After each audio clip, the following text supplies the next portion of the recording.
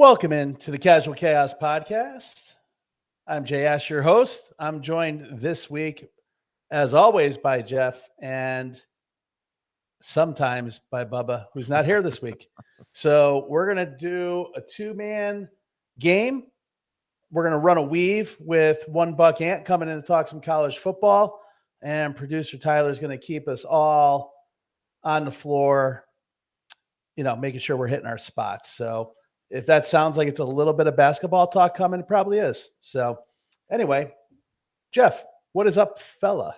Not much, brother. How you doing? I'm doing well. We had a little high school baseball tonight. It's a little brisk here in Tampa, Florida. You see I got a little pullover on, a little hat. And what's brisk for Tampa this time of year? 71. It's probably in the high 60s right now. Okay. Yeah, we were 68 today up here in the Northeast, which is pretty nice for this time of year. So. That's balmy. It's a balmy 68 up there. Yeah. I like it. So, yeah, Bubba's off tonight. He had a prior commitment. We are actually recording this at 8:03 on Wednesday, so this will be actually up on Thursday. So those that are typically checking us out on Friday, I have no way of communicating with you other than social media, which just scrolled through at Casual Chaos Live. We'll let everybody know on TikTok, X, Instagram that the show's up a little early. Check us out on YouTube. Hit those pesky little buttons that say like and subscribe. Helps everybody. Helps you too. So go ahead and do it. Try it. It's fun. What can go wrong? All right. Additionally, you get us twice a week these days because we've been doing our live show every Sunday. The last 2 weeks we've been at Glory Days, and we're really happy to announce that it's going to be our new home. We're going to be doing that essentially every week here on out the rest of the season, save for 1 week just because we all have some scheduling conflicts. So we're going to take the week off, recharge, get juiced up for the final run in the playoff push. So again, big shout out to Glory Days, North Del Mabry Highway here in Tampa. Love the room, love the space, love the staff, love the food, love everything about it. It's been great. And we're going to get Jeff down here at some point for a live show, just so everybody knows he's real and not AI. All right. So we're going to get right into it. We got a nice little show for you tonight. Shouldn't be as long as last week, but we're going to get it going. Before we touch base, I just want to add real quick. This episode is being brought to you by the boneheads that are fucking up the YouTube and Disney deal. So anybody who had some issues this weekend, missing a lot of college football, not getting the Monday night game, not getting the NBA tonight, whoever those two individuals are on each side, I think they are officially our sponsors for tonight. So yeah, it's good stuff, Jeff. Before we jump to the NBA, I guess, we're obviously late to the party, so let's just say congratulations to the Dodgers. Great World Series and great W for them in Game 7. So, yeah, sorry, Toronto. Sorry it didn't work out. Hell of a game. Might be the best World Series in a long time. I don't remember much better. And multiple extra inning games, every pitch really mattering. It was tremendous. And Yamamoto also might just be a cyborg monster. Yeah, the monster series for him. Yep. Yeah. So we're going to spare everybody the back and forth and the details on that. I'm sure you've had 5 days to kind of digest it. So we're going to just kind of slide into basketball. I mean, we're only 6-7 games in. Long way to go. But Jeff, what are you looking at? Anything surprising so far? Anything not surprised playing the script? What are your thoughts? Well, I mean, the West looks pretty much like we expected for the most part, right? Mm-hmm. OKC looks like a juggernaut, and they're not even really healthy at this point. I mean, that's the scary part about them is they're just so deep, So the Lakers playing as well as they are, considering no LeBron and Luka's only played half the games. I mean, that's a little surprising as well. But the Spurs, we were talking about this a couple of days ago. I mean, they're maybe ahead of schedule, or maybe it's just a hot start. But I don't know. They look like they might be legit. What do you think there?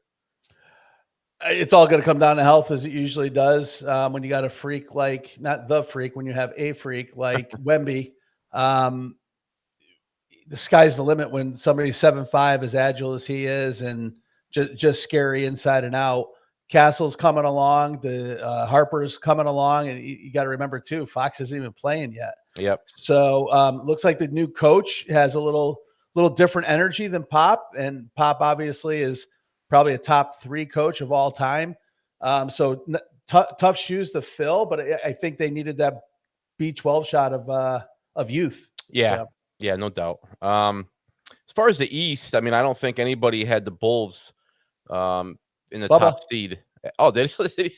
That's funny. He actually did. You're right. Yeah, it's a good But dart throw. yeah, but yeah, I mean, the Bulls are obviously a big surprise right now. I mean, then like you said, it's so early. I mean, then the Knicks and the Cavs are, I think, like in 4th and 5th, but they're only 2 games out of first place. So, yeah, I mean, it's been pretty much what we would expect, I guess, right? I mean, am I missing anything? No, not really. I mean, you have a couple teams like the Nets are just atrocious. Could be historically bad. Might be the Yep. worst team we've ever seen. We didn't think the Pelicans were going to be good, let alone Not this bad though. Yeah. they're on their next level bad. Yeah. And of course Zion's hurt already. Of So course, and yeah. they did get their first win last night against Charlotte, who is scrappy and has a team you can. And we talked about it in the preseason. Sneaky kind of want to watch them play. Yeah. As a Sixer fan, and I know you and I listened to several pods that it's just a buzz in Philly, and you're obviously up there. Yeah. But I said it to you 2 years ago, like we should trade Embiid and just get a haul and start over because I worry about his health. And sure enough, his health is a problem.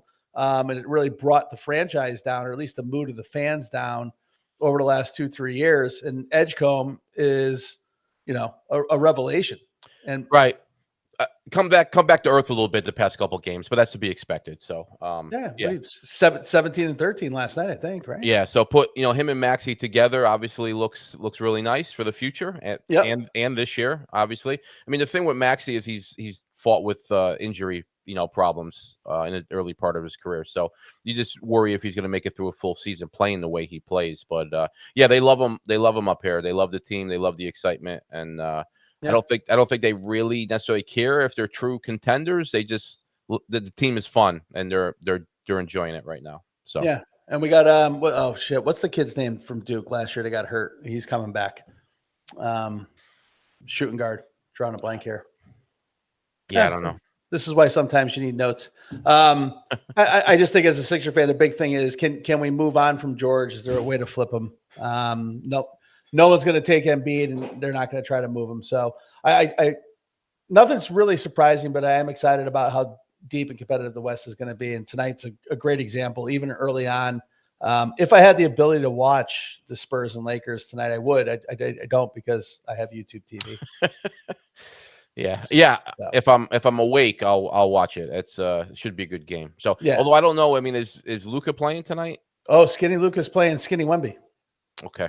Yeah, and we talked about right before we got on. Luka's averaging, just 41.7 points a game. Granted, he missed 2 or 3 games, but that's still insane to start a season. So it is. I think 35 is in play. Sick Castle on him tonight. Let's see what happens. Yeah, I've got Castle for 2 steals tonight in a parlay. Let's see what happens. Let's go. Him and Cooper. All right, well, that's quick on the NBA. Just a little touch point here, and then we had college basketball tip off on Monday. So. Excuse us in advance. If you listen to the podcast, you already know Jeff and I are huge UConn homers. So I think it goes without saying that we both like UConn anywhere between 12 and 14-1, wherever you got them or wherever you can get them. So go ahead, do yourself a favor, put a ticket on that. Team is eerily similar to what it was 2 years ago as far as that DNA for the national championship team, how they filled slots, how they lost guys, filled slots. And the irony is we actually have Caravan filling the Caravan role from 2 years ago. So let's see how that goes. But Jeff, what do you, who do you like in college outside of UConn if you had to throw a couple darts or just tell people who to keep an eye on? Well, I mean, all the odds are pretty good, right? I mean, there's not like a consensus, like, this is the team to beat, right? I mean, Purdue's plus 900, Houston's plus 1,000, Duke's plus 1,300, et cetera. So, I mean, you could get pretty good odds based on any of these teams right now. Houston, again, if we're going to talk, outside of UConn, I mean, Houston, obviously they've been knocking on the door for a couple years. I might even throw something on St. John's plus 1,600. Right? I mean, he's that good of a coach. Yeah. They reloaded in the portal again. I mean, I think that's a risky way to build your team year after year, but he was successful doing it last year, and they seem to love the class that they brought in this year from the portal. So, plus 1,600. I mean, it's hard to not to throw something on that, So, but yeah, I mean, if I was gonna do something right now, it would probably be Houston plus 1,000, UConn roughly plus 1,300, and St. John's plus 1,600. How about you? Yeah. I'll kind of go the other way. I would fade Purdue at 950. I know the guard play is going to be exceptional, but I just think that team historically doesn't get over the hump. They're a voodoo team when it comes to the first and second round exits in the tournament. Houston, last year I thought was their year. I don't know if they missed the window. Don't know if the window closed. They got a lot of guys back. They're hyper athletic. They're sick on defense. They just forget how to score in clutch moments. And they lost a barn burner last year. I don't really understand the Duke, odds at 11-1. Boozer, I guess, Yeah, but I mean, you lost a lot. You lost the number 1 and number 4 pick and the number 10 pick. Did that kid from the Phoenix picked up? Was it 10? Something like that. Yeah. It's a lot to replace. Kentucky, good coach, good talent. I'm fading Florida. I saw Tyler bet Florida last night. I don't think they're going to sniff a repeat at all. They lost a lot. I do think Michigan's going to be sneaky at 17-1. I still can't believe Connecticut's 17-1 on FanDuel. It's kind of crazy. And I get where you're coming from on St. John's. And if you're going to go that 17 to 20 to 1 range, then you might as well throw BYU too with the with the projected number 1 pick in the draft. So. Well, yeah, I mean, depending on who you look at, but yeah, he's supposed to be I'm looking forward to watching him play. So, but they got more than just him though. That's the thing. No, they should be pretty good this year. So yeah, Danny Ainge is doing a great job running that team. BYU is spending money like drunken sailors. Legally, of course, they're doing it legally these days. But yeah, they're throwing money, man. They're spending a lot of money out there on basketball. So are they spending money legally or are they drinking legally? It is Utah after all. A little bit of both. A little bit of both. Just wanted to clarify. All right. Well, again, we're not going to do a full on college preview. I know many of you are disappointed. I'm disappointed personally, but we're going to be hitting a lot of college hoops throughout the year, especially when football winds down a little bit. But like chocolate and peanut butter, college and football means only one thing on this program. It means one Buck Ant is in the house, ready to go. Not only is he ready to go, he's fresh off his first ever Casual Chaos live appearance. He joined us at Glory Days this past Sunday. So, Ant, how you feeling? Damn straight, boys. Good to see you. Feeling good. Yeah, Sunday was a great time, man. Wish we won a few more bets, but it was fun to sweat them with you guys. It was a good atmosphere. We even had Jeff right there in the camera sweating with us the whole entire time too, man. It was a good time. Yeah, really good to see you. You too. How you doing tonight? All right. Good. Yeah, man. I wanted to touch on one thing before we get started. You mentioned this whole YouTube TV thing, and we're going through the same fiasco over here too, right? Yeah. But there was one kind of like beautiful thing about the whole about this whole issue with YouTube TV and ESPN or whatever. Is that so? My wife's a Georgia fan. I'm a Notre Dame fan. It forced us to go out of the house, go to the local watering hole, and watch these 2 games, on TV at the bar. And wouldn't you know it, there's a whole other slew of people doing the same damn thing. So I felt like it was, 1991, everyone getting out to the bar, watching the Florida Georgia game, everyone watching, Notre Dame, Boston College. And it was like, put the phones away for a little bit. Let's watch some football. It's kind of a cool, like a little silver lining there. Yeah. Very cool. And I'm sure the bars like the business. So yeah, for sure. It was a good time. Yeah. Little throwback date night. That's it. Yeah, that's it. It was a good time. But yeah, interesting week of college football last week. The big story probably would be SMU, taking down Miami in overtime there. Miami getting their second loss of the season. other than that, Georgia, Florida was a really tight game. There were some controversial calls there late. I do think I don't know if you guys saw that replay where the guy cradled the football, but I do think it's tough to overturn that call. Mhm. I'm not sure if you guys saw that. Like, everyone was so upset about that shit, but it was like, it would be crazy for them to overturn that, Yeah, I agree. When I was watching, I didn't expect him to overturn it. So I'm with you. Yeah. Just like every replay, 50% of the people are not going to be happy. That's it. But you want to talk about crazy fucking bad beat, right? End of the game there with Stockton had a free look at the end zone to cover the spread, takes a knee. A lot of people were upset about that one. Yeah, well, it's smart football, though. They're not. They don't care about the bettors, right? I mean, we do, but they certainly don't. So that's right. At least we hope they don't, right? So speaking of bettors and that Miami game, is there anyone who has fluctuated this year like Beck? Like, man, the rebirth. We're a Heisman candidate again. We're going to be a top draft pick again. To this is the same guy at Georgia. He might not get drafted. I was talking to someone about that the other day. It is the most interesting career arc of all time.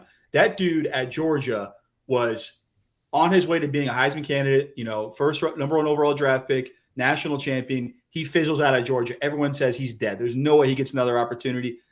Follows a chick to Miami. The chick doesn't even work out. He ends up starting the season 6-0, whatever it is. He looks like the best quarterback in the nation.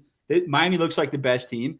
And then Beck has, 2 out of the last 3 weeks as some stinkers. We had a 4-interception game the other day. And it's not like he's just having bad games. He's making the worst possible throw at the worst possible moment. Exactly. The pick in overtime and all this other stuff. So I mean, he's directly responsible for their 2 losses. I mean, you don't like to put it on one player, but like you said, I mean, all the picks have screwed that team. I mean, they got 2 L's because of it. And there was also an interesting stat I saw too. I can't remember the exact record, but it was like Cristobal, since taking over Miami, is like 4-11 after the month of October, so November and December, whatever it is. Yeah. So and you think about like Cristobal throughout the past couple of years, he has like built good teams, talented teams that play well the majority of games, and there's always some bullshit that he does at the end of the game. It's like, what are you doing? You know what I mean? Like, even at the end of the SMU game, he had a timeout to drive down the field and try to get a field goal. It felt like he was playing for overtime with a team that is head and shoulders more talented than SMU is, right? SMU's had a tough season. SMU's coming off a loss against Wake Forest. It seems like Cristobal, as the season wears on, maybe it's teams figuring him out, or he just gets, cracks under pressure. Yeah, cracks under pressure. It was a weird week, right? I mean, we just talked about that Miami game. I mean, you talked about Florida. I mean, Florida's not good, and Georgia struggled to win that game. NC State beats Georgia Tech. There was just a lot of. I mean, even Notre Dame kind of struggled. I mean, they were coming off a bye. Yeah, they were a little. They looked like shit. They were a little rusty. But if it wasn't for Love's 94-yard touchdown run, I think that what are we doing? Yeah, I mean, and we talked about this on the live stream, but their kicker, not just this last week. I mean, their kicking all season has been atrocious. So I don't understand this. Notre Dame is a top 3 academic institute in America. You figure the kicker would be one of the smartest guys out there. Why can't they find one smart guy instead of going to Harvard? Come over to Notre Dame. I don't know, man. What in the world? They got to do one of these recruiting, the soccer player recruiting things. Go down to Australia or some shit. Find one of those guys. Jesus. Anyway, so what are you looking at this week, man? Yeah, quick. Just one more note from last week. You mentioned these, like Florida is wasn't as good as Georgia, and they made it closer. North Carolina State takes down Georgia Tech. I think this is like, we're here. It's NIL. It is. The playing field has leveled, I think, and I think we're going to see that more often as the years go by. The top 10 teams in a conference, might be number 1, number 2 are head and shoulders above everybody else, but everyone there in the middle is going to be competitive week in and week out. And you see that kind of this year as you look at some of these spreads. Heading into this week, one thing that like caught my eye, not to gamble on, I don't think, is Texas A&M is a 6.5 point favorite on the road at Missouri. Missouri just lost their quarterback for the year. He was their entire spark. Texas A&M is putting up points like crazy. Missouri is a decent team, but I mean, you'd figure a team like Texas A&M, who has like been pretty dominant all season, would be favored more than that. I think that just speaks to the level of competition that is within, the SEC, but as well as conference opponents throughout the nation because of this NIL shit. So some interesting stats for you here real quick, because you just said about the leveling of the playing field. And I was wondering how that translated into underdog plays. Could you just bet the dog? What's the cover look like? That type of thing. I'm going to read in reverse order the worst teams against the spread. Okay. All right. Let's hear it. Delaware 2-5-1. Texas 2-6-1. I believe that. Minnesota 2-6-1. Texas State 2-6. Navy 2-6. UMass perennial 2-6. Clemson 2-6. Northern Illinois 2-6. Baylor 2-7. Oklahoma State 2-7. Stanford 2-7. Louisiana Monroe 2-7. Virginia Tech 2-7. Notice a theme: a lot of these coaches are no longer there. Yeah. Charlotte 1-5-2 against the spread. Georgia State 1-7. Sam Houston 1-7. And for the icing on the cake, Penn State 1-7 against the spread. I'm surprised they even covered a spread. Penn State. Yeah. So when I tell you Indiana's laying 14 in Penn State, there you go. Is it a 1-8? It has to be, right? Man, yeah. Well, it has to be 1-8. I would say so too. Indiana, I don't. When are we going to finally say that they're like a legitimate team? I mean, right now, I'll say it right now. Yeah, it is insane. It's belt to ass every week. They go in and they kick their opponent's ass every week. Not just on offense. They got They got one of the best wide receiver combos in the NFL. I saw on a stat on ESPN the other day, or ABC, I think it was, when I was watching the Ohio State game. Ohio State has like the two best NFL talent receivers in the NFL, and Indiana's receiver combo has more touchdowns than Ohio State's combo. They're putting up points like a motherfucker, and I think it's Indiana is here to stay. Well, go ahead, Jay. I was just going to say, we know Cignetti likes to run up the score. He likes to make statements, and the fact that his name was floated at Penn State and he said, "Why would I leave?" It just screams they're laying 14. They might win by 41. Yeah, exactly. I was going to say, I mean, I didn't understand the Ohio State line last week with Penn State, and I certainly don't understand that line this week. So, I hammer Indiana and that, Remember when I thought that Ohio State line was 4? And then and Indiana's doing it on defense. I mean, the most points they given up was at Oregon, and they gave up 20. Yep. Right. So they gave up essentially only 3 touchdowns is the worst game they've had on defense, and most of these games are giving up single digits and scoring 50. So and to Jay's point, Cignetti is aware of these lines, and he's covering the fucking spread. Absolutely. And trying to run it up on it. So he's probably offended by that spread and will try and put up 40 on them or 50 Absolutely. on them and hang it. He should be offended too. I agree. It's way too low. So yeah, I mean they should be 20-point favorites there. They play Wisconsin next, 30-point. I mean, Wisconsin's bad. Purdue's not very good. They shouldn't be 14-point favorites in any of those games. They should be 20 to 30-point favorites. It's going to be interesting to see what that line is when they play Ohio State in the Big Ten. It'd probably be 6.5. I would say Ohio State, but still, it's going to be interesting to see. There was a tweet that resurfaced this weekend. I thought it was very funny. It was back in August, and it was, "Do not schedule a wedding on this weekend because I'm going to be watching football all weekend. I won't show up to your wedding." Because some of these games are Florida State, Clemson. Thought that was going to be a big one. Snooze fest. Stinker. Mm-hmm. Yeah. We got Penn State, Ohio State. Stinker. I'm sorry. Was it Penn State, Ohio State? I'm sorry. Penn State, Indiana. Sorry. Stinker. Yeah.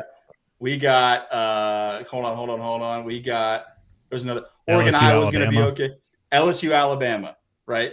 It's supposed to be a big week of games, but what do we have that turns into the biggest game of the weekend? BYU at Texas Tech at 11 a.m. At 11 a.m. Top 10 matchup. That's the game I want to talk about first. Yeah, fire away, because I'm looking forward to it. So let's go. Yeah. BYU is this team that keeps on hanging in and hanging around. I don't understand how they keep on winning these games. I don't think they're super talented. Is it Danny Ainge? I don't think they're super talented. Texas Tech was one of my sleeper teams at the beginning of the year. They had a loss the other week. I can't remember exactly who that was against. But 10.5 seems like too many points for this game. I know it's an 11 a.m. local kick at Texas A&M, but Tell me why BYU isn't going to cover that spread. At least keep it close. Yeah, I don't know honestly, I don't know what to think about that line. I would personally, I would probably stay away from it, just because I just don't know enough about the two teams. Ash, you got an opinion on that? Well, I told you, if I give you a play, go the other way. That's how my college has been rolling. You bounced back last week, though. Yeah, I did. I had Ohio State -4. It was an easy play. My instinct tells me Texas Tech covers the number, but that's why you go with BYU, because to your point, Ant, they're a dog of a team. They haven't been blown out all year, right? They got what? They're undefeated. Right. Or yeah, that's what BYU's undefeated. Right. I was thinking Utah. I'm sorry. I was thinking Utah. They have the ability to answer any punch that Texas Tech throws. Texas Tech plays light in the first half. They struggled against Utah. So I like the points. If it was single digits, I might say Texas Tech, but 10 or higher, I think you got to take the points there. Yeah. 10.5 is a football number. I mean, I think BYU's, I'm taking them all day. They're one of my picks this week. They might not win that game, but damn, 10.5 just seems like too much, especially because this game's like an 11 a.m. local kick. It might be a little snoozer in the beginning, but we'll see. I'll be tuning into that one. And a little spring cleaning for you. They lost to Arizona State a couple weeks ago. Ago. State. That's right. Arizona State. So the public money is on BYU. 68% of the money is on BYU. 57% of the bets are on Texas Tech. Interesting. I got BYU. I think that's a easy cover in my opinion. The next game I want to talk about, not one that's going to be a lot of people are going to be tuning into. Maryland at Rutgers. Rutgers is a -1.5 point favorite. Maryland had a tough week last week, obviously against Indiana. They both ended up boat racing. They played them close in the beginning. I've been on the Terps all year. I really like the quarterback. Rutgers is playing like dog shit. They tend to keep some games close. They got blown out last week.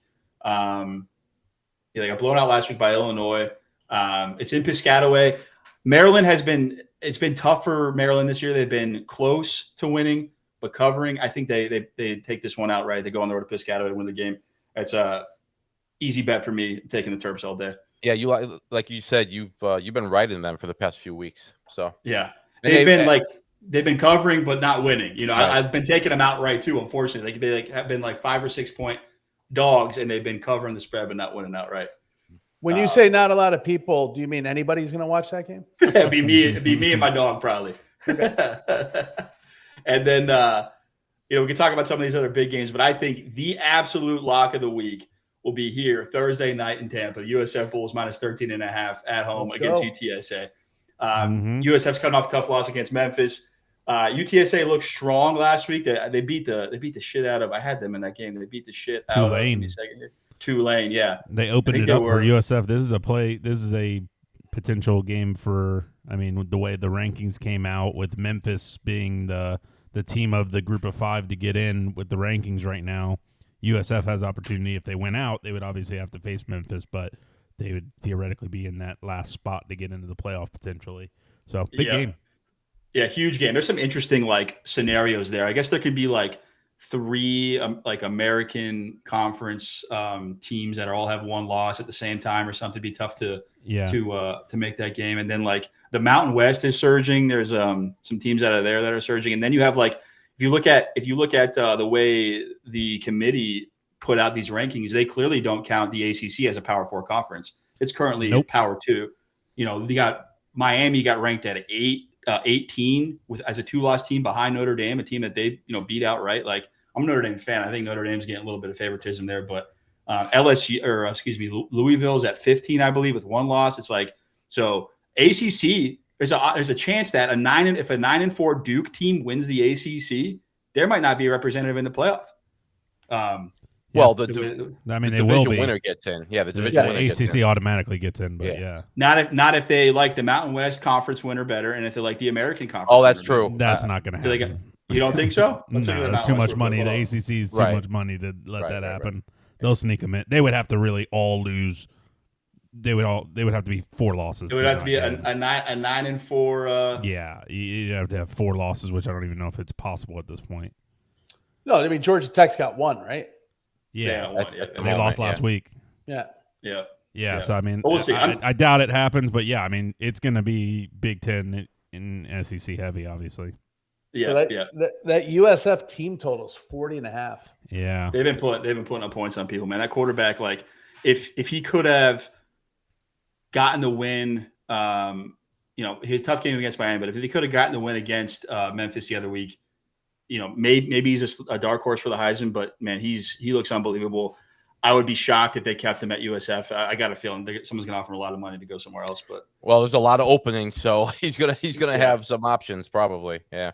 Well, we've got a local sharp that seems to hit a lot of USF plays, so we'll be eagerly anticipating his plays for tomorrow as well. Yeah, big game also. I don't know if many people have it starred, but Notre Dame Navy's a sneaky good game at night. Navy's not bad. Obviously, everyone will probably be riding Notre Dame. They're a favorite by a good margin, I believe. They're 25.5-point favorite. I like Navy to cover that. Notre Dame's got to win to get in, and like I said, after week 3, I might have even been after week 2. They win out, they're in, and obviously the committee agrees with that at this point. So big game for Notre Dame. They can't look past Navy here. Navy can play some football. They're 7-1. This kind of reminds me of last season a little bit when Army was undefeated, came into Notre Dame, and everyone expected that one to be close. And I think Notre Dame won that game by 50. Guilty, but we'll see. We'll see. Yeah, I don't think Notre Dame's as good as they were last year.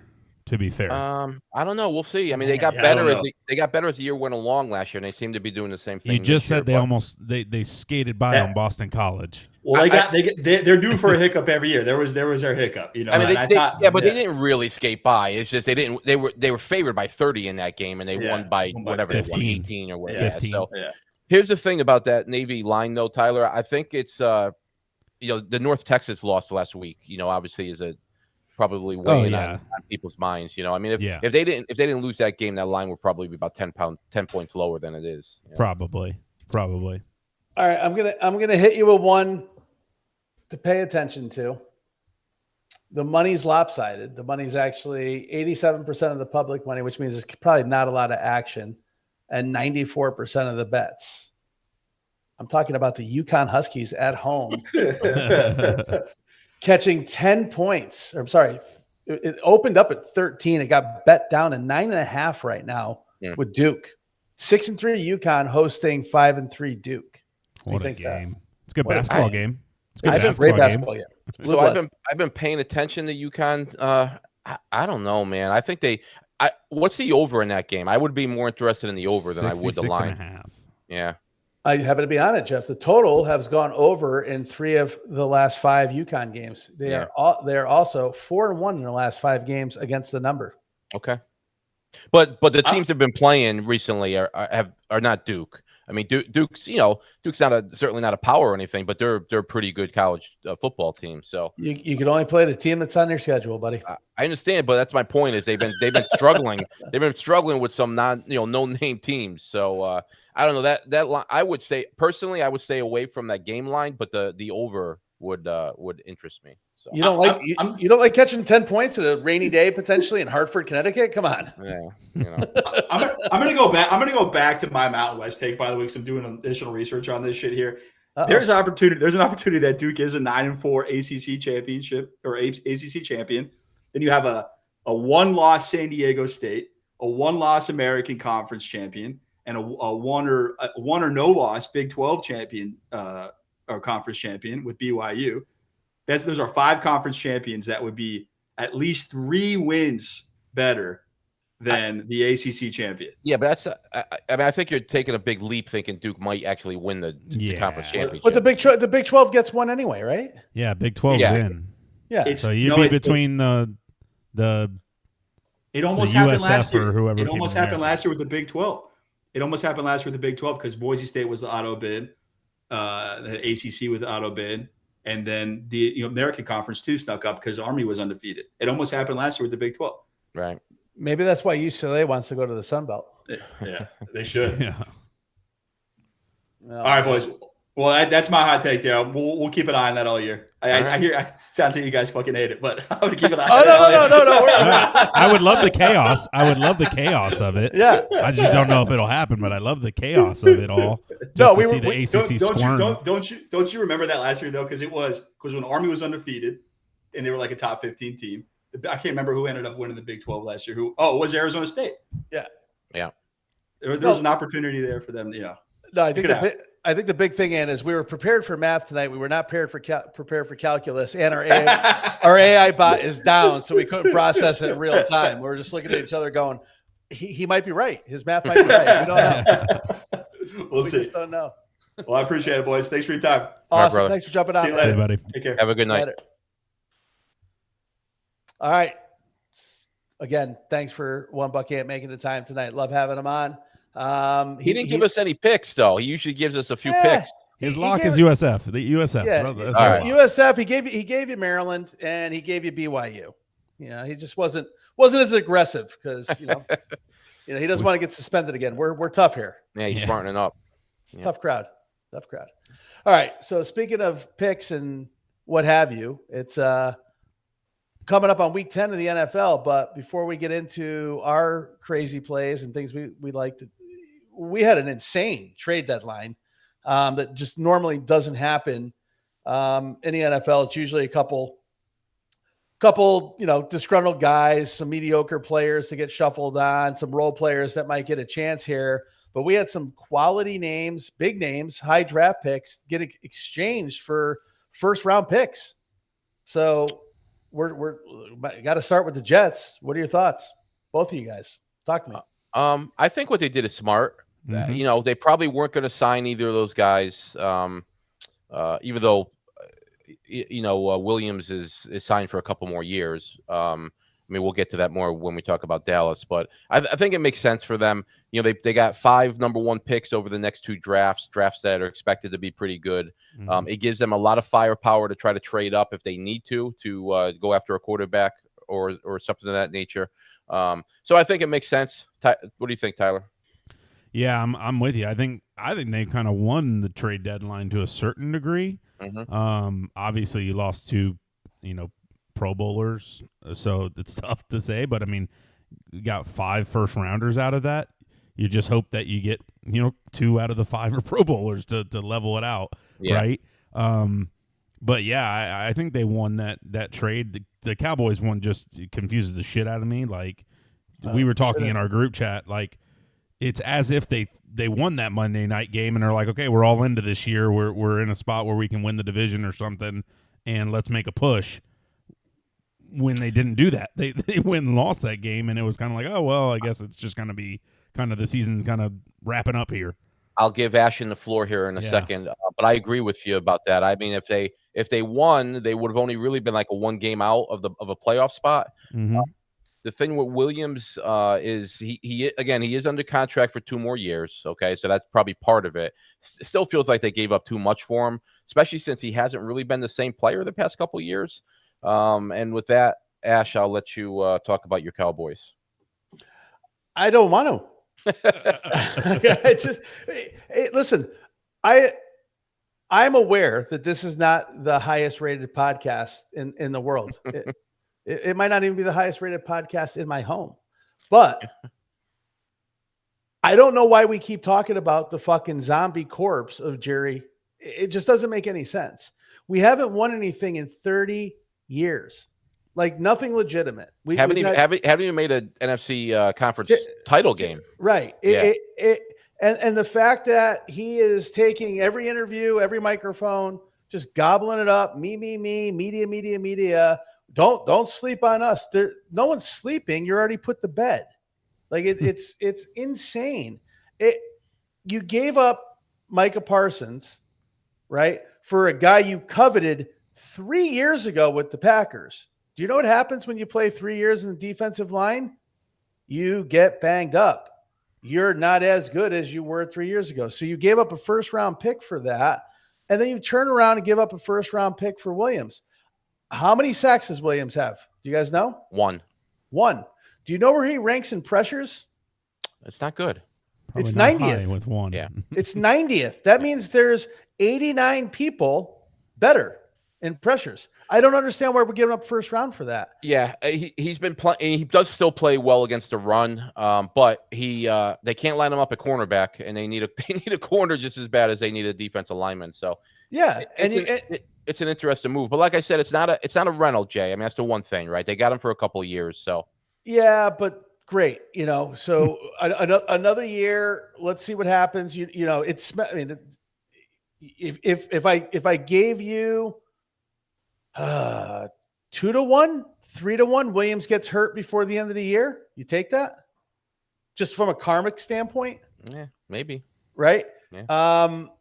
You picked up, who's the guy from Cincinnati we picked up who was having a hard time getting on the field for the worst defensive football. Yeah. Well, what's funny about that is Jerry did an interview, or I guess was talking to Stephen A. in the Monday night game, and they were talking, and he was like, "Oh, I got something in the pipeline. You guys, like everyone's going to be excited about it." This was before they made the Quinton Williams deal. I think he was talking about this linebacker that's not even starting on the team that he's on with a atrocious defense. And again, I can't speak to it enough because it's not like I watch the Bengals week to week, but there are a lot of people that are saying he was in the doghouse on that team for some reason, and he should have been playing, but he wasn't because of whatever was going on there behind the scenes. So you got a bad locker room guy. Well, as a trade maybe, too, right? Maybe. What it's the Bengals though. So, true. I mean, who knows? Who knows what they're doing over there? Correct.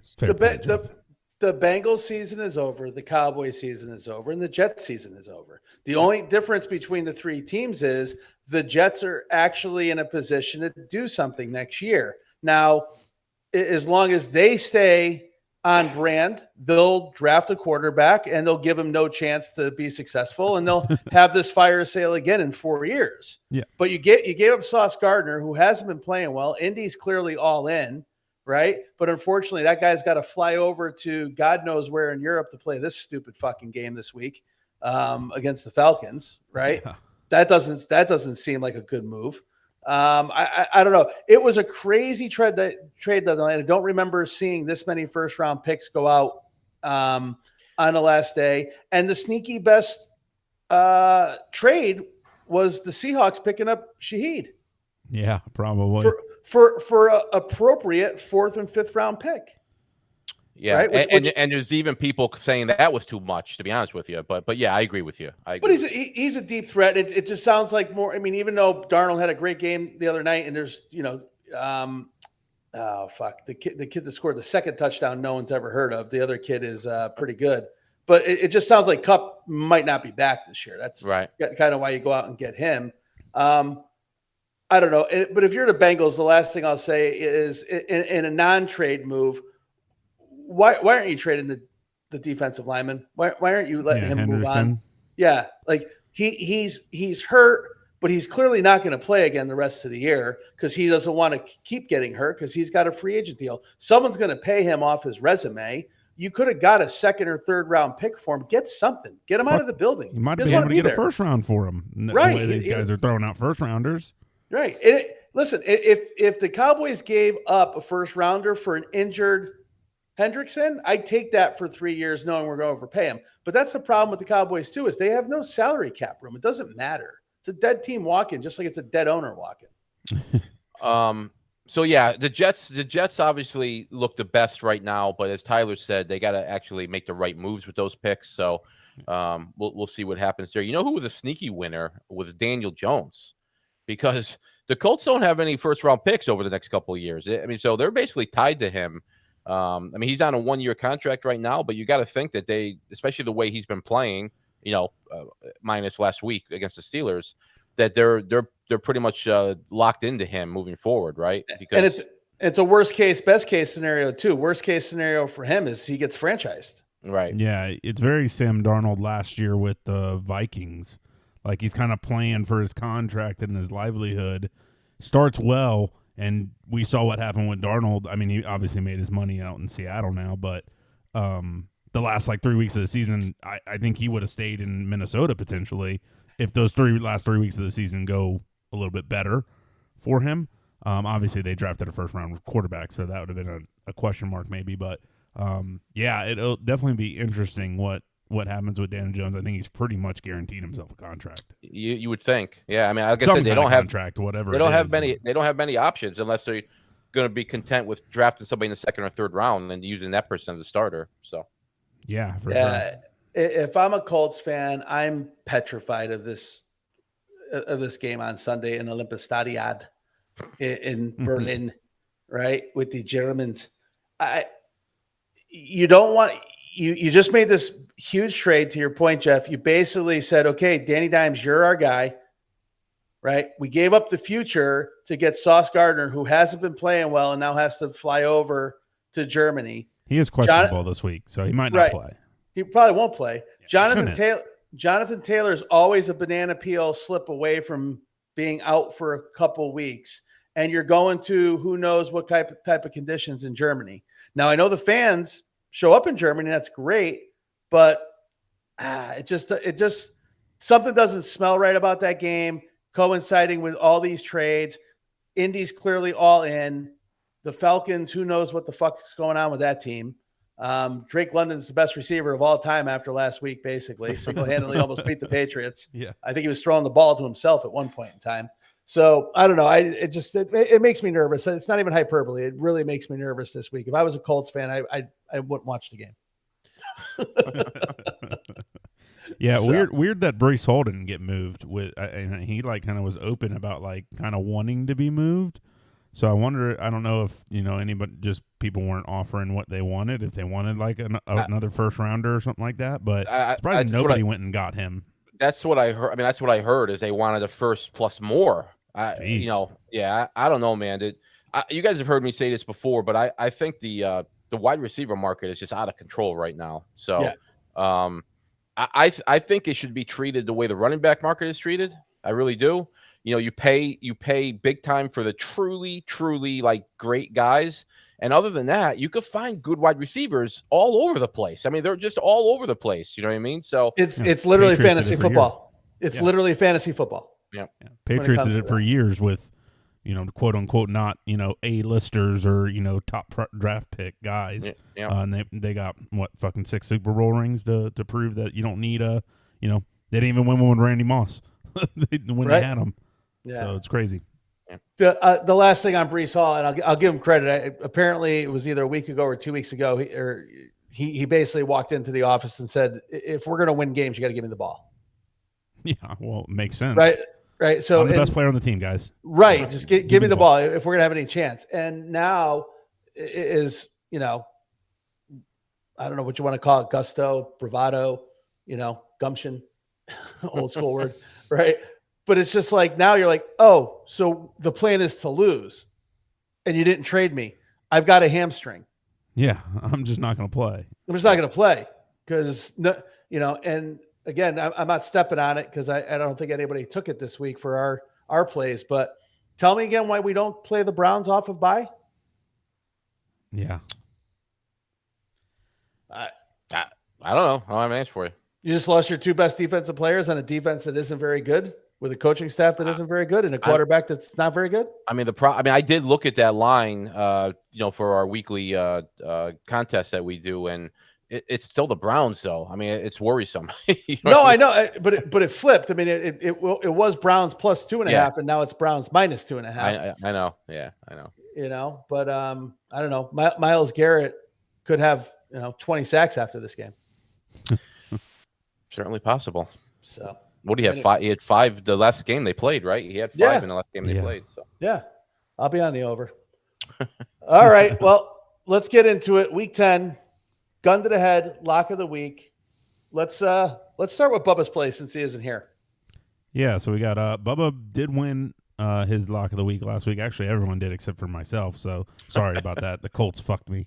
Didn't even look like a football team. Didn't even look like the same football team. That's for sure.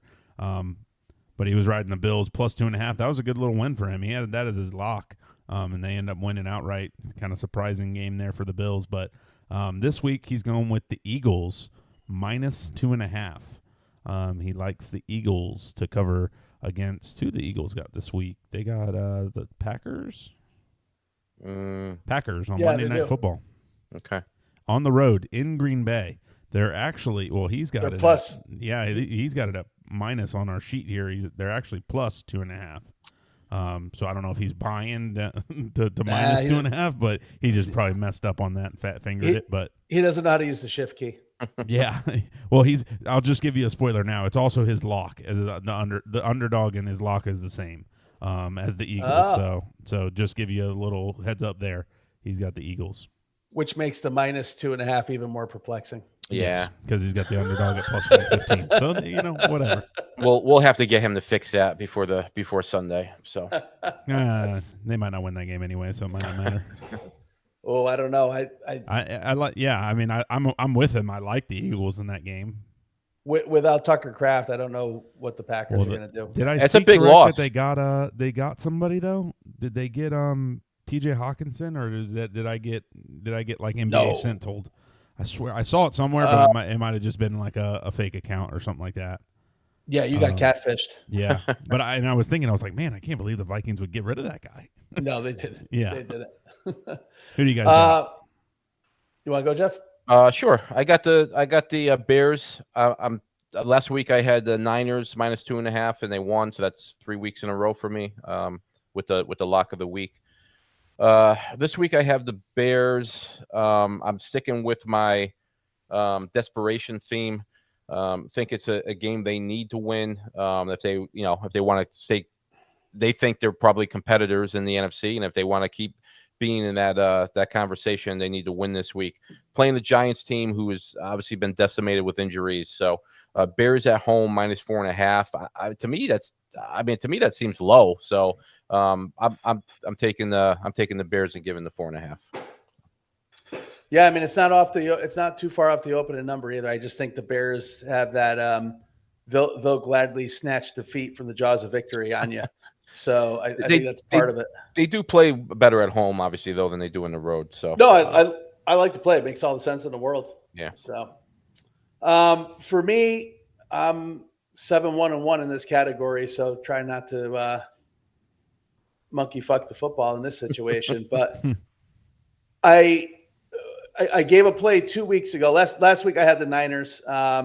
2 weeks ago I gave a statistical play. I gave 2 out on the Eagles and the Bucks because of the division going on a bye. If you're playing a division opponent going on a bye, unless that division opponent also has a bye week. So that number is hitting just under 70%. So this week, it just made me too nervous to play blindly. It might be something I throw in one of my throwaway parlays or a free bet, but the Saints are catching 5.5 at the Panthers. I don't like anything going on in the Saints organization, trading tackles and wide receivers and the shuck wagon heading to town, but those two teams always play rock fight 3-point games. So the points are favorable there, but I'm going to go with a different NFC South team, and I'm going to take the Bucks off a bye, laying 2.5 to the Patriots. Patriots haven't played a competitive team really since the Bills. And as much as I've won money on them, and last week was a little upsetting, watching them kind of fold in the second half to Atlanta for a variety of reasons. Drake May's playing at MVP level, but that offensive line clearly can't block. I think he's been sacked 12 times in the last 3 games. So I would imagine Todd Bowles coming off bye week, hasn't met a blitz he doesn't like. I think he's going to be firing at them on all cylinders. Both teams play the run really well. And I just think Baker ultimately wins a shootout here. I'll take less than a field goal at home for the Bucks coming off a bye. Any concerns that Bucky and Godwin didn't practice this today? I mean, for what I heard, they weren't even there. Like, people didn't even see him on the field. This is probably an unpopular opinion for Bucks fans to hear. I didn't think Bucky was coming back anyway. I think when he comes back, it's lightning in a bottle. I think Godwin's done. Yeah, he might be, man. I mean, and I'm not saying just for the year. I think he's done. There's more to what's going on. He's had multiple injuries. I think people forget he basically had the Scadaboo injury, except it didn't come through the skin. Mm-hmm. Completely dislocated that ankle. He hasn't been the same. and they loaded up on wide receiver as a result of it. So they've been winning without him all year. So it'd be different if they had, he just got hurt and this is the second game he's missed. He's missed all year. No, I know. So you got Mbuka resting with that hamstring, and Baker hopefully healed some of the lower body injuries he's clearly had going into the bye. So I'm just hoping, fresh off a bye, nothing crazy happens in the first half where one of these guys get hurt. And I think it's a good game, and I think the Bucs win by more than a field goal. Okay. Yeah, I like it. I'm riding with the Seahawks. Looked really good this past weekend. Obviously, Jaden Daniels got hurt, but towards the back half of the game was over. I don't even know why he was in the game. But they're coming off 3 victories in a row. Played a tight one against the Cardinals, but I think the Cardinals thinking they're riding high maybe off of last week or this Monday beating the Cowboys. I'll take the Seattle Seahawks. Their offense is looking great. If Darnold's not throwing the ball to the other team, they're going to be hard to beat. JSN looks like the best wide receiver in football. He's on pace for 2,000 yards this year, which is crazy. So, I mean, obviously he would have to do what he's been doing, but it's looked pretty easy for him this year thus far. So I'm going to ride the Seahawks at home against the Cardinals. All right. I like it. I wish we had the flashback machine teed up. I could have swore somebody in the NFL preview show had the Seahawks at plus 450 to win the division, and all four teams from the NFC West to go to the playoffs. So just throwing that out there. Bunch of 6-2 teams. I will say this little caveat too. I was dangerously close. I ultimately did play them, but I was dangerously close to having the Niners for my lock of the week this week. Shanahan owns McVay. Catching 4 points at home makes no sense. So write that down. Just write it down. Write it down. Make a note of it for Sunday morning. Well, that's a nice segue for me, because if we're going to talk underdog of the week, we're going to talk player prop. Oh, well, I mean, but you can go. You're flowing. Go. Yeah. Underdog of the week. I mean, I actually did look hard at that. The number is plus 180 for San Fran on ESPN Bet. So, I mean, I was very tempted to jump on that, but they're still so beat up. That's the reason why I ended up not going that direction. I'm going to take the Steelers plus 125. I wish that number was a little bit higher, but I'm not exactly, as a Steelers fan, I'm not exactly sure what to expect from these guys week to week. They forced a ton of turnovers in week 3 and 4, and then they went 3 weeks without forcing any turnovers, and then last week they forced 6. So I don't know what to expect there, but their offense has been better than people expected it to be, and San Diego's now, with Alt being out for the year, they're now down their both starting tackles. I think the Steelers are going to get some pressure on San Diego. They got basically 4 outside linebackers that can get to the QB. So I think it's going to be a long day, and I think the Steelers are going to win. I think they're going to force a few more turnovers. I think they're going to score some points, and I'll take Steelers plus 125. I'm on the exact same thing.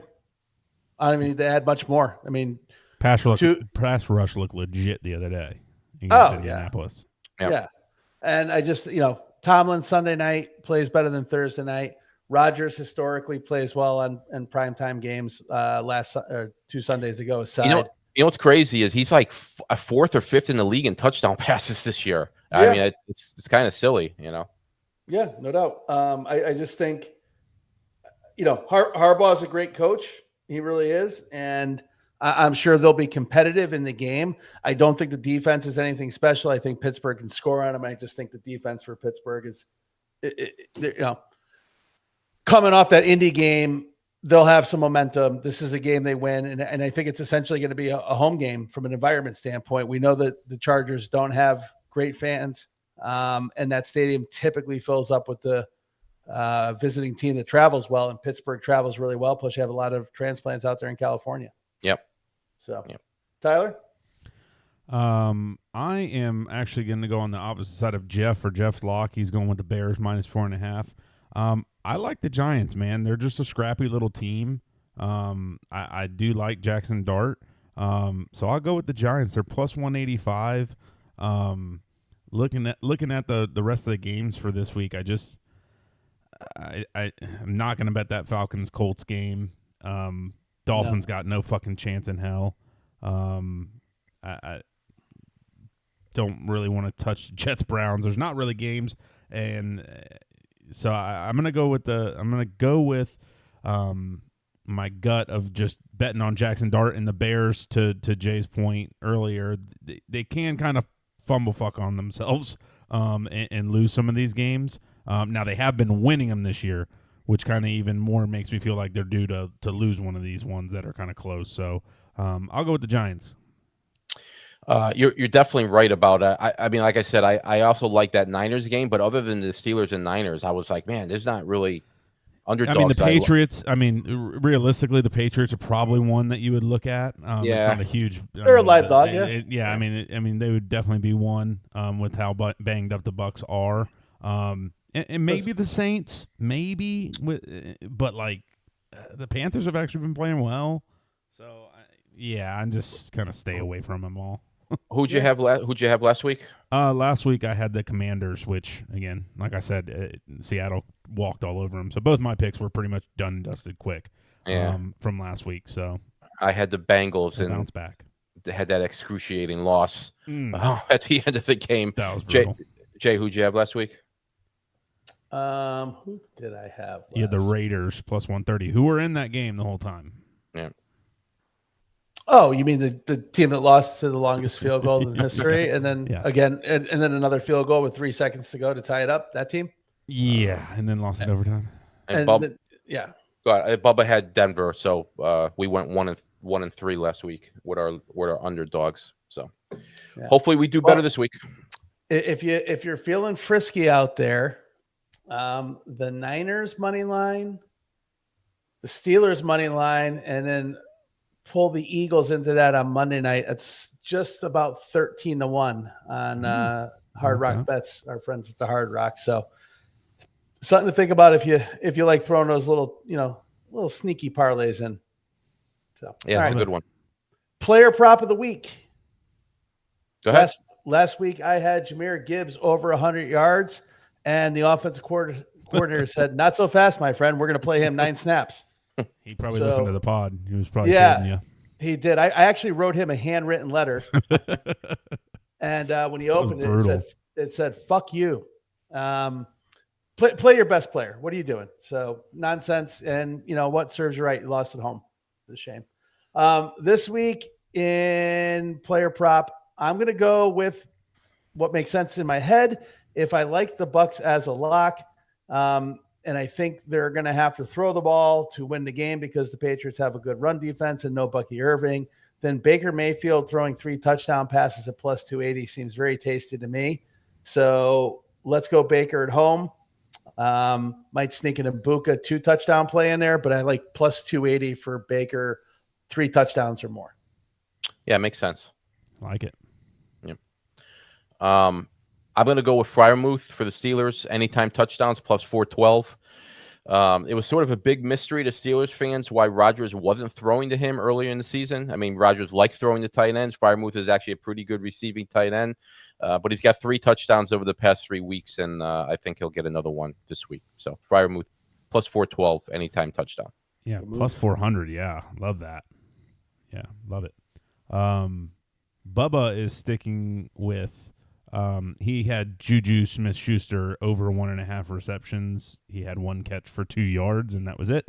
So I think none of us won our prop bets from this week in our first annual prop bets. So hopefully this week we turn it around. But he is going with Brock Bowers, anytime touchdown plus 165. I think Brock Bowers is the only person that's going to be able to catch footballs for the Raiders now. They got rid of Jacoby Myers. They traded him. So I don't know who's even on the Raiders outside of him and Genty at this point. Trey Tucker. Okay, there you go. Well, Bowers had 2 touchdowns last week, or just 1? 2, I think. 2. Right? Yeah, I think he had 2 in a big game on his first game back. So I like the call. Brock Bowers anytime touchdown plus 165. Bubba has it at here. I like it. And what about you? What do you got? Well, I guess we're just loving tight ends here, and I'm kind of piggybacking off of Jay a little bit. And I did this in a live stream that we did earlier this year. I did it at 80 yards, but Cade Otton have over 64.5 receiving yards is plus 195 in the last 4 games. So since Mike Evans pretty much got hurt against the Eagles, he's averaged 60 yards every game. So he's right there on the cusp of being right in that range every game. So I think they'll throw the ball with Bucky probably not playing and sitting out, and obviously with Godwin not playing and Mike still being out. He's the safety net for Baker. They like to throw to him. I'd probably take his receptions as well. So Cade Otton over 64.5 is plus 195. All right. I like it a lot. Cade and no gloves. Yeah. Let's see what that little parlay. You guys can keep talking. I'll see what that our parlay there of those 4 would pay out here. Oh, that would be interesting, actually. Yeah, I'm gonna check it out. I like the Baker Otton same game parlay too. Yeah. That'd be nice. All right. Well, we're gonna get into bragging rights soon here, and I'm gonna be. And Bubba and I obviously didn't talk about this, but him and I are thinking the same thing with Bowers. So I'm high on Bowers this week. Oh, you put it in bragging rights. You did. I did. Yep. Hard Rock actually have Bowers at plus 170 instead of plus 160, so that's nice for the bet. And then Jeff, you had the Moose, and that would bring us to.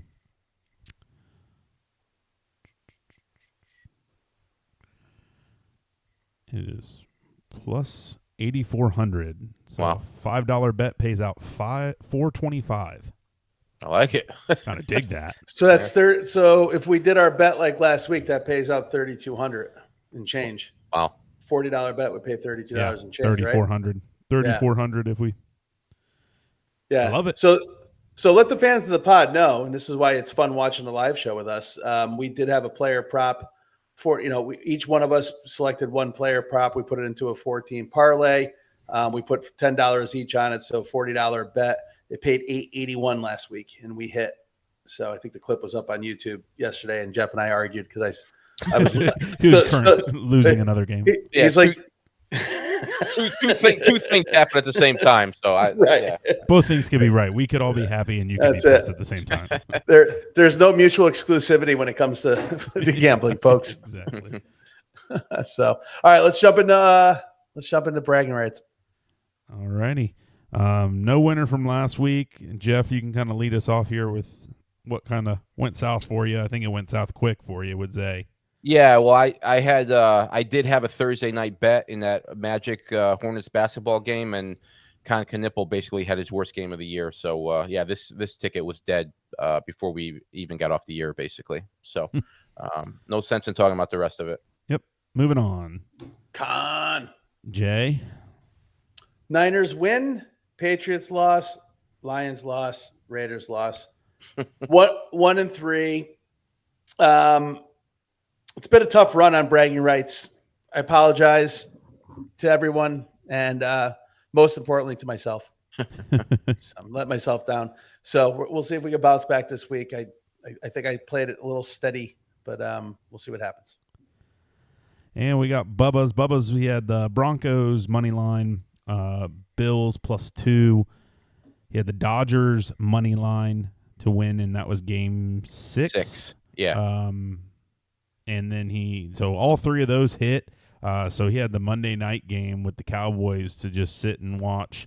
And in our group chat this morning, I think he thought they won, but they got smacked. And lost his bragging rights on the last leg there. So he was upset that he didn't place that bet with our friends at the Hard Rock to see if he could get a payout, an early payout. I don't think we would have respected him in the bragging rights realm if he would have done such things. But still a loser. Had 3 of 4 though, so getting a little closer, but it's all the same. It's a 0 at the end. It sure is. And I'll just go right into Bubba's for this week. Bubba has a little bit of everything here. He's got Rico Dowdle, anytime touchdown, Alvin Kamara, anytime touchdown, and over 40 points in the Saints-Panthers game. Kind of dig that. Dowdle's been running the ball like crazy. And then he's got the Giants plus 3.5 on the Bears. So that number I think is already jumped up to 4.5. So I would probably wishes that he would have maybe waited till this afternoon to place it. But that bet is $25, pays out $233. So nice little one there for Bubba with some anytime touchdowns, over under spread, all the fun stuff. He's riding some bad teams there, though. That's the only thing that worries me. Yeah, he's got 3 bad teams, 2 great players, but 3 bad teams. Yep. And I say bad teams as my underdog of the week, but they are a bad team. They are bad. Luckily, the Bears aren't a great team. Yep.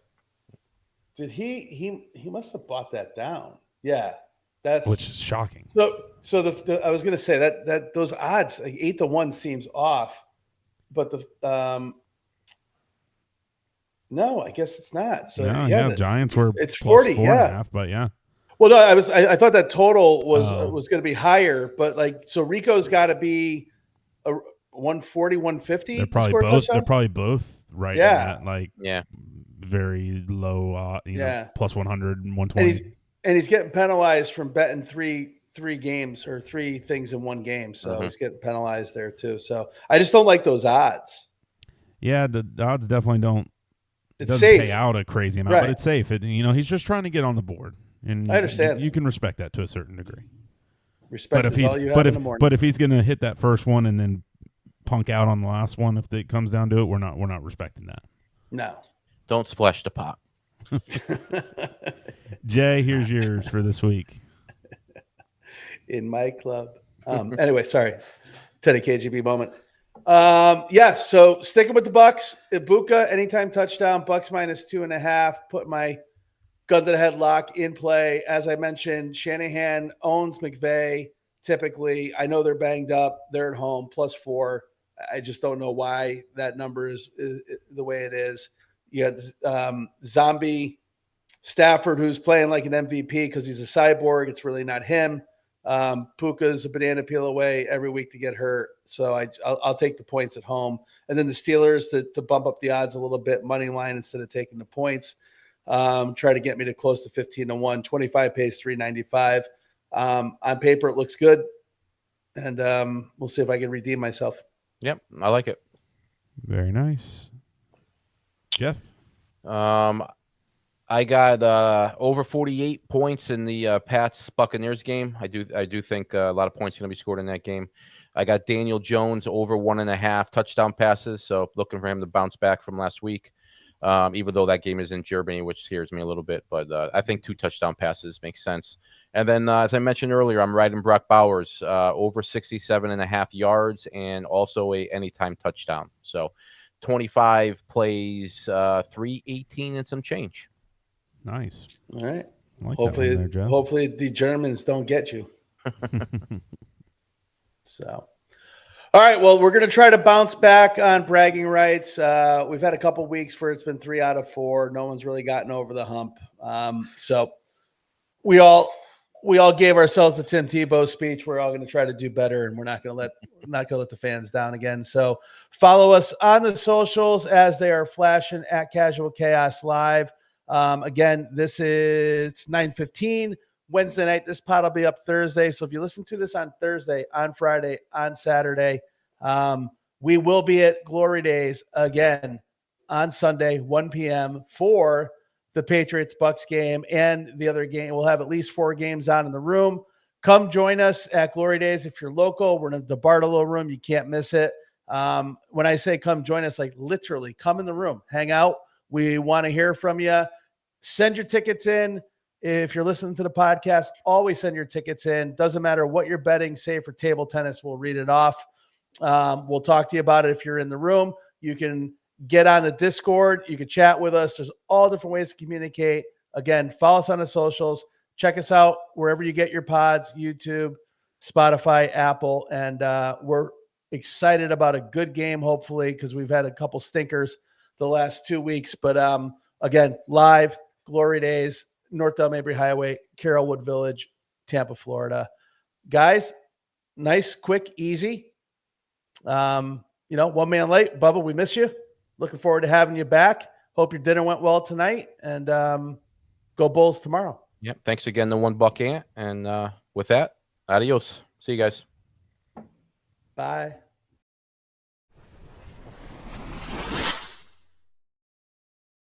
Hi, everyone. This is Jay Ash, one of the hosts of the Casual Cast podcast you are about to listen to discusses gambling and wagering on sporting events. Please be advised the gambling and sports wagering content during this podcast is for informational and entertainment purposes only and does not constitute financial or gambling advice. Sports wagering involves significant risk. If you choose to gamble, please do so responsibly and only gamble with funds that you can comfortably afford to lose. All opinions, wagering tickets discussed, or implied wagers on the Casual Cast podcast are not guarantees to result in financial gain. You must be 21 years or older or of legal gambling age in your jurisdiction to participate in sports wagering. Please verify the gambling and sports wagering laws and regulations within your jurisdiction prior to placing bets. Listeners are solely responsible for their own wagering decisions and outcomes.